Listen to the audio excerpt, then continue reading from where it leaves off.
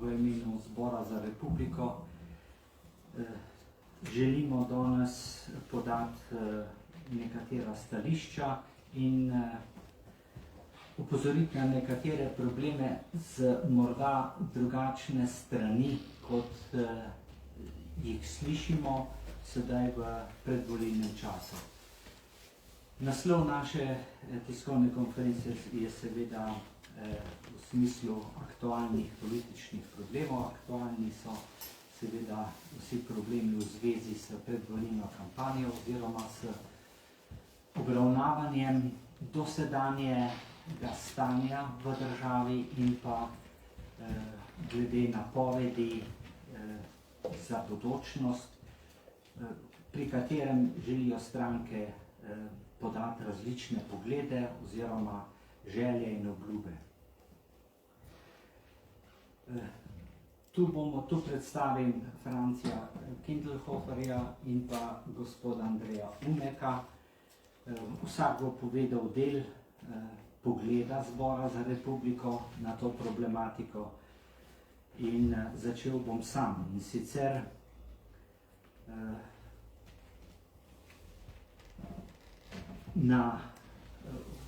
želim poudariti in oziroma predstaviti problematiko, ki se vleče že ves čas predvolilne kampanje, to se pravi že več kot 2 leti. In sicer vsi vemo, kakšna so bila to dogajanja, ki jih je označevalo gibanje, demonstracij, kolesarjenje in podobno. To smo slišali in videli 2 leti in v vsem tem je izstopala ena za nas neprijetna in za državo škodljiva poanta, in sicer prostaška surovost, agresivnost, kjer se je vpilo ubi Janšu in delalo vse mogoče zadeve in nihče se ni tega sramoval. In celo sami demonstranti, ne samo organizatorji demonstracij, so pokazali v veliki meri zelo nizek nivo politične kulture. Mislili smo, da se bo to s časoma izpelo, da se bo ta agresivnost, ta, bi rekel, pritlehna nekulturnost izpela, da se bo izčrpala, pa se ni. Se nadaljuje in se celo jača ves čas tudi teh uradnih predvolilnih časov, vse do danes. In seveda v ospredju vsega tega je to, kar se je začelo že pred 2 leti in je trajalo ves čas, in sicer preplavljeni smo, naša javnost slovenska je preplavljena z mrežo laži, poniževanja, diskreditacij in torej vse te stvari, ki pravzaprav označujejo, bom po domače povedal, neko osebnostno lastnost, ki ji rečemo psihopatija. Psihopatija. Lahkotnost igre, lahkotnost laganja in sicer izvažanja laži v tujino, zato da jo potem lahko uvoziš in nekako ji daš težo, in pa ta lahkotnost poniževanja je dosegla tako mero, da smo lahko zaskrbljeni. In sicer že tu, sedaj pred kratkim časom, to se pravi v času pred volitvami, so se pojavljale in so se do konca razodele oziroma razkrile nekatere pomembne lastnosti teh psihopatskih dogajanj. Jih vidimo v histeričnem ohranjanju oziroma v histeričnem ne samo napadanju, ampak tudi v izkazovanju posameznih oseb, kjer se čutijo vsemogočne, kjer se čutijo neverjetno sposobne za božanskimi lastnostmi, in če se mu ne podaljša človeku, pravim, mandat, potem se ta človek pravzaprav histerično zlomi. Ali pa če nek sodelavec RTV-ja dobi pravzaprav histeričen živčen zlom, ko se njegova oddaja morda ukine ali prestavi ali odmakne v predvolilnem času, dobi prav tako nek, po domače povedano, histeričen zlom. To je obsedenost z vsemogočnostjo v smislu, če jaz tega ne bom delal, je konec podjetja, je konec RTV-ja, in taki ljudje pravzaprav se pokažejo na mnogih nivojih. To se pravi, tista histerična volja po oblasti. Predvolilni čas vendarle mislimo, da mora v kulturnem krogu, v krogu politične kulture potekati normalno, z razpravo in podobno. In celo zadnja soočenja so pokazala ne kako posamezni voditelj razprave odreagira, ampak posamezni razpravljalci, predstavniki določene stranke, dobijo nek čuden, histeričen izraz in napadajo in ne pustijo sogovorniku, da bi karkoli rekel.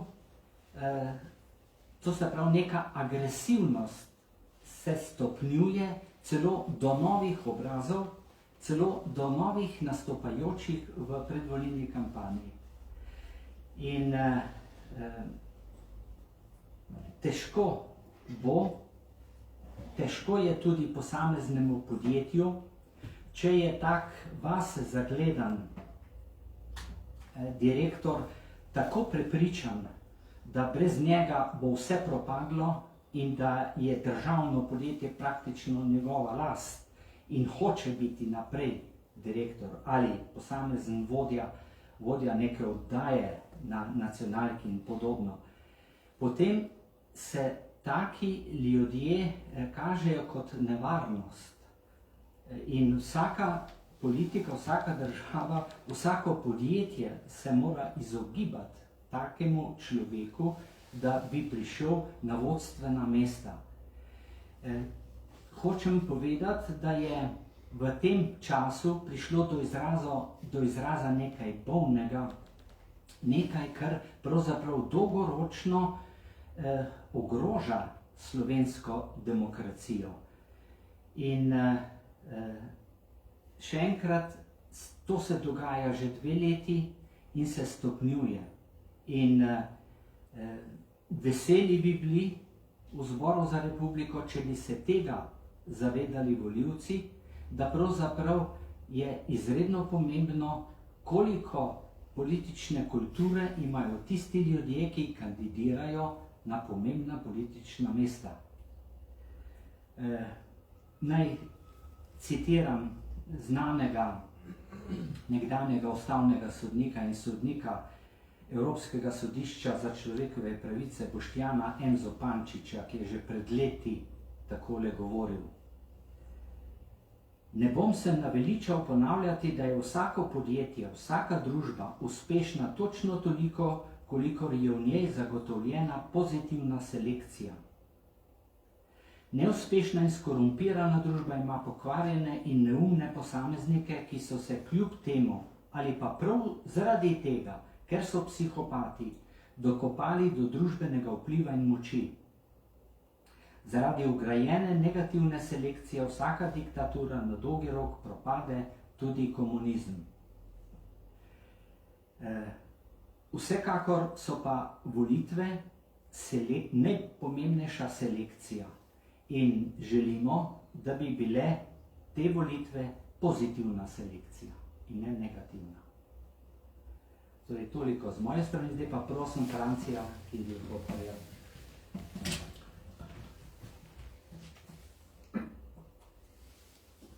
Pozdravljeni. Če dovolite, jaz bi se dotaknil konkretno tega predvolilnega časa. Čez 2 dni imamo državnozborske volitve. Mnogi govorijo o usodnih volitvah, o usodnih preokretih v naši politiki. Jaz bi tukaj omenil, da država Slovenija, saj jaz to tako gledam, odkar je stopila na pot demokracije, je neke vrste bolnik, ki je na poti seveda zdravstvenega okrevanja. Samo zato so zelo važni tisti, ki se s tem zdravljenjem ukvarjajo. In to so politiki. Mi imamo politike, če bi jih primerjali z zdravniki, takšne, ki bi državi predpisali kakršnakoli zdravila, če imajo v kratkem času od tega kakšno korist. Potem pa imamo seveda tudi poštene zdravnike, ki bodo bolniku predpisali tisto, kar mislijo, da je za njega koristno in potrebno. Ker mi opažamo je to, da se, poglejte, zdajšnja vlada je prevzela vladno odgovornost pred 2 leti. In je v teh 2 letih naredila zelo veliko, da je Slovenija postala gospodarsko stabilna, da je v svetu pridobila na ugledu.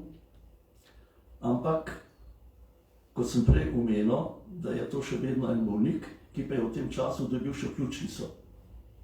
In to je bil seveda velik izziv za obstoječo vlado. In ta vlada je bila v teh 2 letih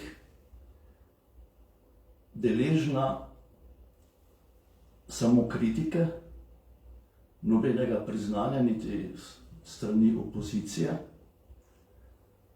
In ta nasprotja v parlamentu se prenašajo tudi navzven. Tudi naša predvolilna kampanja je slika tega stanja v našem parlamentu. To se pravi, da opozicija tistemu, ki je na oblasti, ne prizna kompetenc, da to državo uspešno vodi. In jaz bi tukaj apeliral predvsem na tiste volivce, ki se še niso odločili, ki še mogoče kolebajo med eno in drugo stranko, ker niso imeli priložnosti si napraviti neko jasno sliko o naši politični situaciji. In na nje bi apeliral, da dobro premislijo, komu bodo dali v nedeljo svoj dragoceni glas.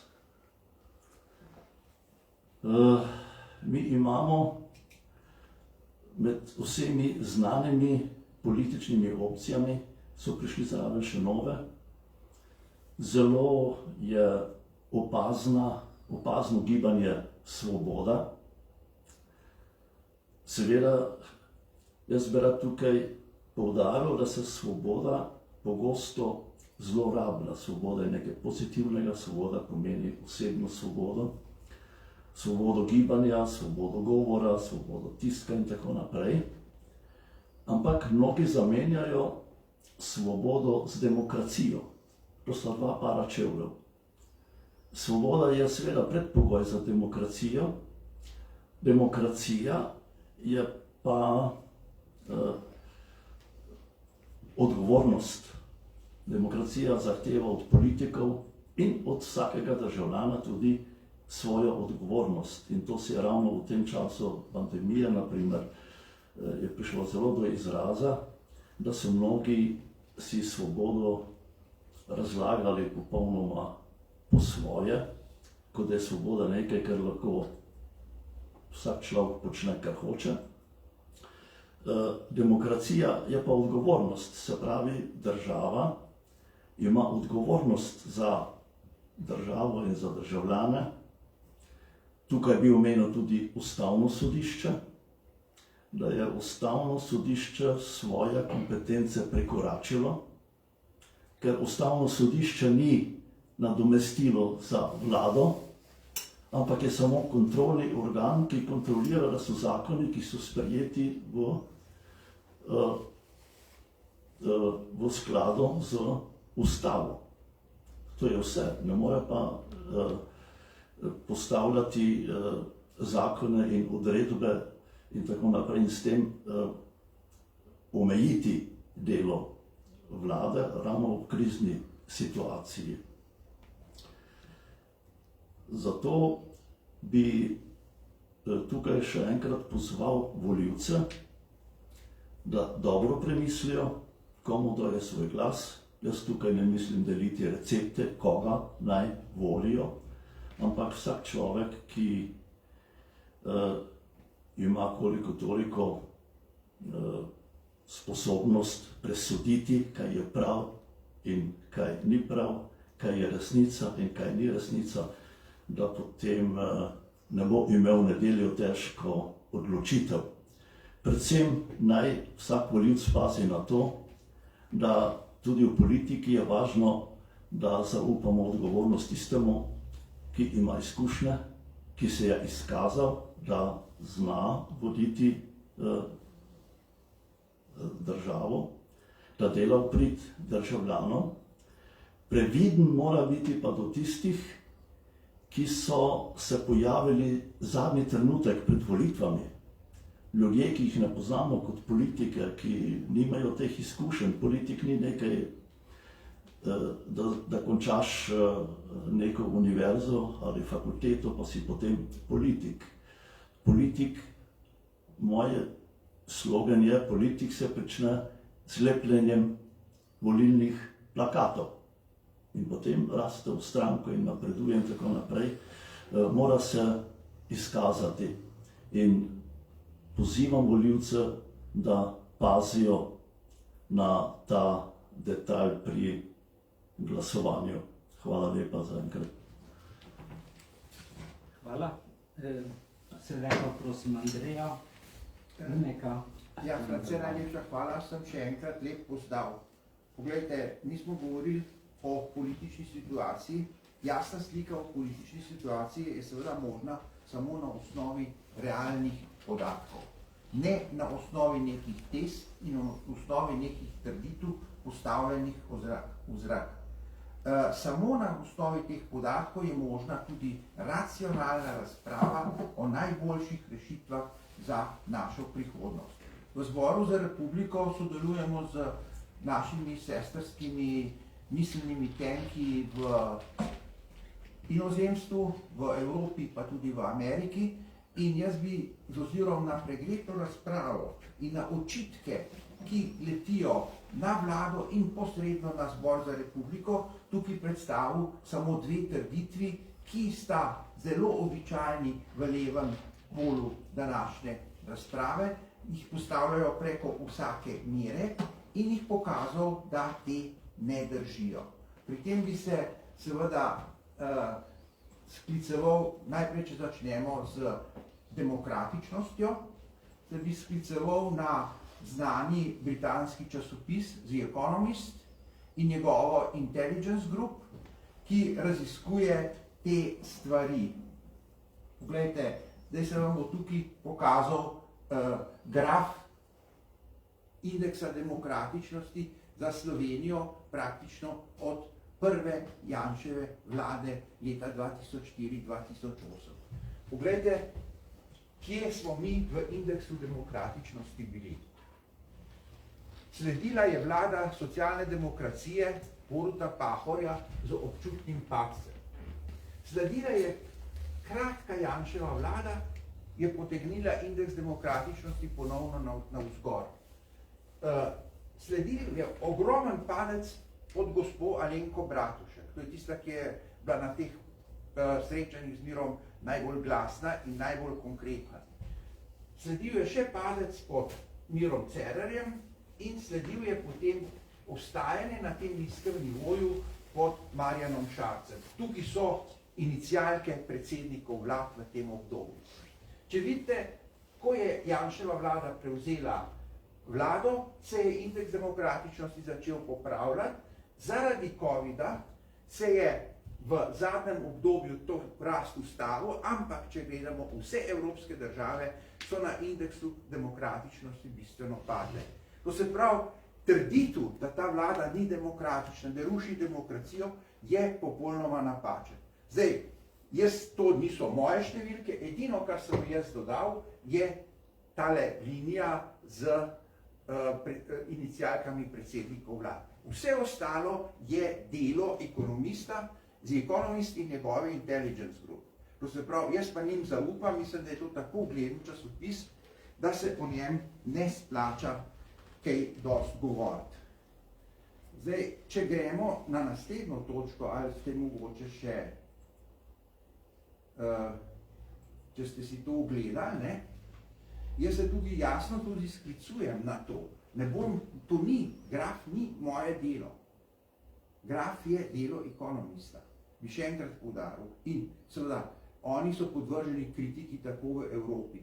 Kdor hoče, lahko dobi seveda celo knjigo. Jaz sem tukaj potegnil graf samo za Slovenijo, ker se pač nahajamo v Sloveniji. Druga stvar, ki bi jo jaz tukaj še izpostavil, je seveda gospodarstvo. Tukaj bi rad izpostavil predvsem dejstvo, da je, in zakaj govorimo o tem, bi rad izpostavil tale graf, pogledajte. Tukaj imate vi graf gor, indeks ekonomske svobode, kot ga je ugotovil, tudi ta graf ni moj, prosim, je graf Heritage Foundation iz Združenih držav Amerike. Tukaj imate pa bruto domači proizvod na prebivalca. Vi vidite, da sta te dva pojma med seboj jasno povezana. Slovenija se nahaja nekje tukajle, pogledajte tistale točkica tamle, zdaj jaz bom skušal takole, vidite, tale točkica tukaj je Slovenija. Ne? Zdaj, mi se lahko realno, gospe in gospodje, gibamo nekako paralelno tej krivulji, gor ali dol. Nikakor se ne moramo gibati pravokotno na to krivuljo. Ne? To ne gre, to so vsi ekonomisti po celem svetu ugotovili, da to ne gre. To se pravi, če mi to prizemamo, sedanja vlada in gospod Počivalšek kot gospodarski minister so se trudili, da se bi gibali v tej poti navzgor.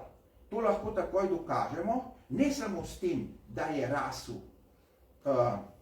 indeks demokratičnosti, da je rasel bruto domači proizvod na prebivalca, da je izredno rasel, to lahko pokažemo tudi tako, da gledamo, kako je rasel indeks demokratičnosti. In če to naredimo, dobimo mi, no ta graf bom prišel še naslednje, bomo šli malo naprej.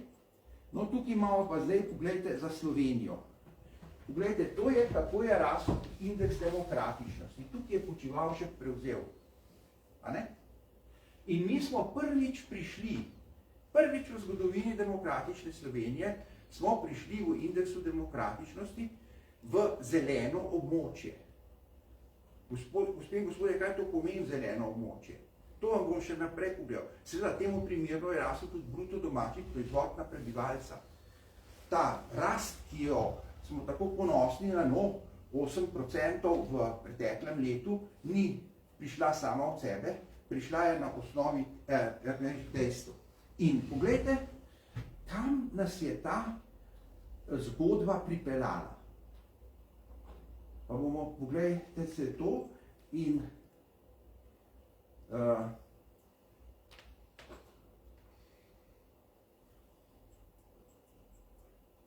Poglejte, to je indeks demokratičnosti v Evropi.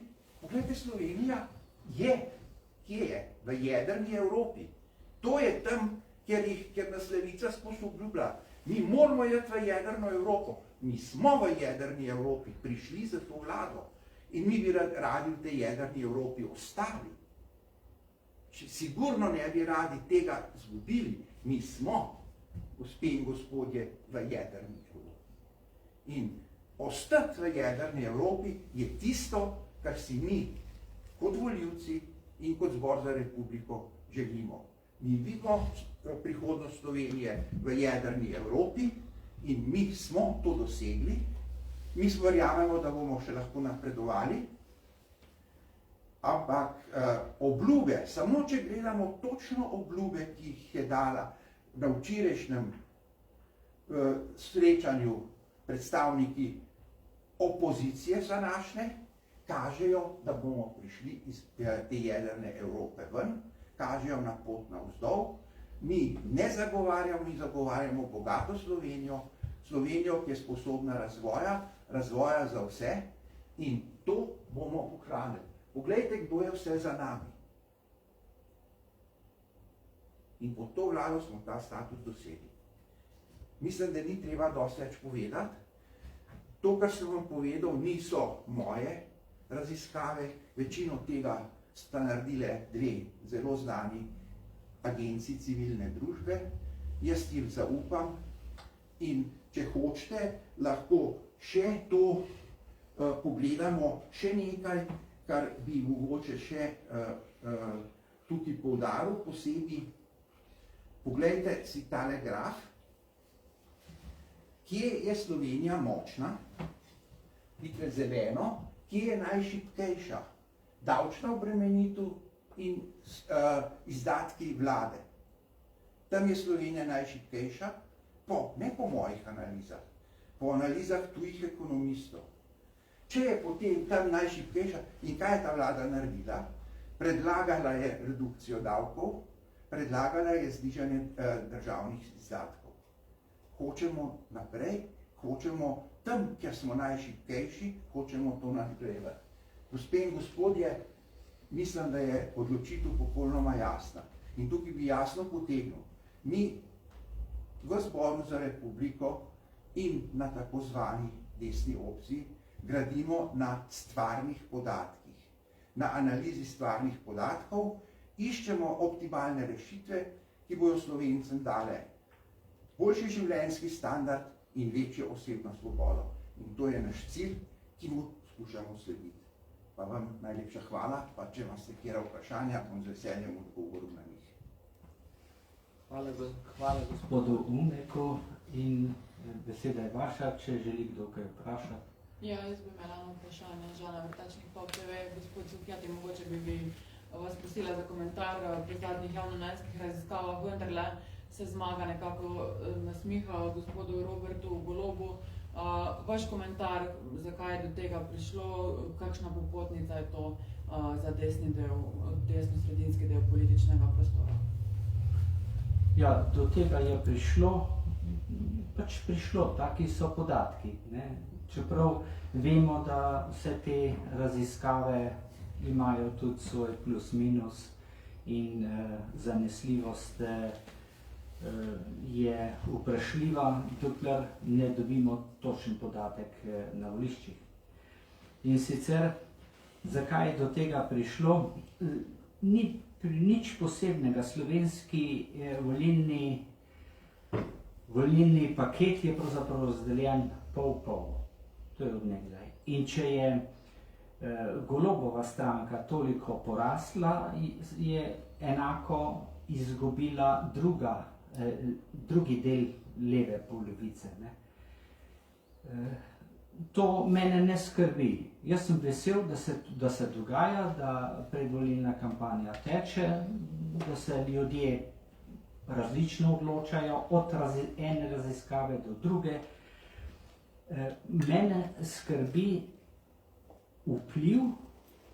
vpliv prostaštva, kot sem ga omenil, na volivce.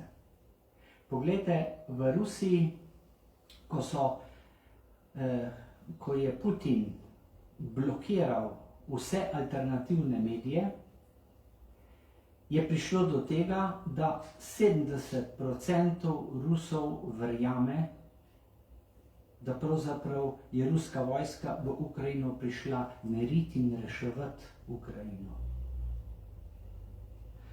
In seveda, potem se človek vpraša, kateri so tisti mehanizmi, ki urejajo, oblikujejo javno mnenje. In če je histerija 2 leti trajala vsak teden, v smislu ubi janšizem ali kaj podobnega, ali to je fašist, če 2 leti govorite o nekom, da je fašist, mnogi verjamejo, veste.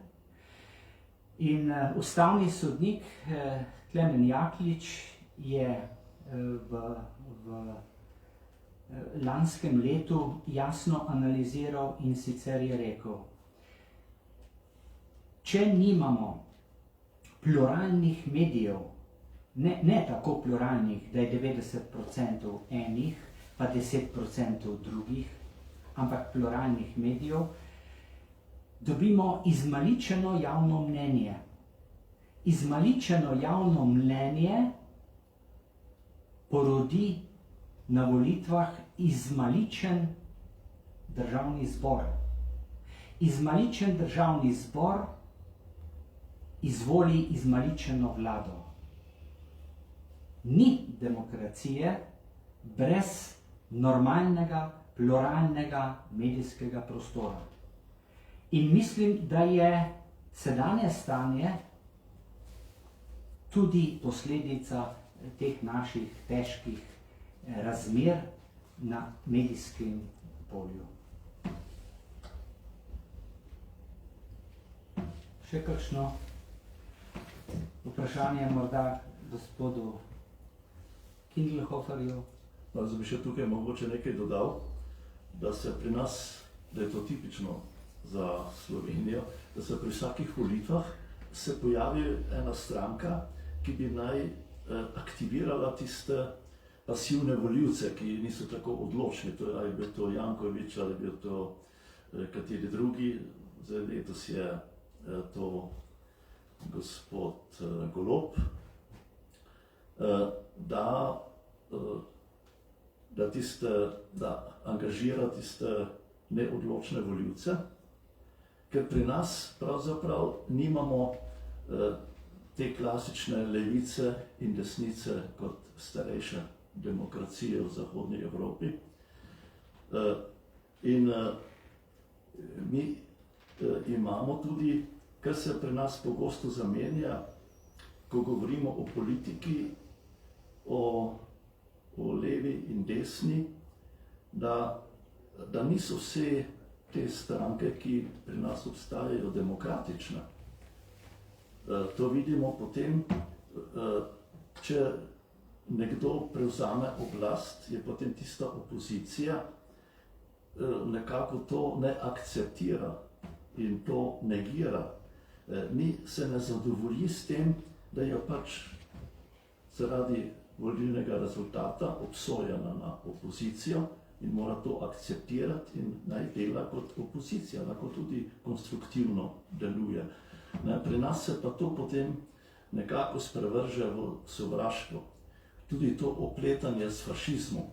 Veste, jaz se spomnim, da se v šoli nismo veliko učili o nacizmu in fašizmu, ampak o hudih Nemcih, ki so trpinčili naš narod in tako naprej.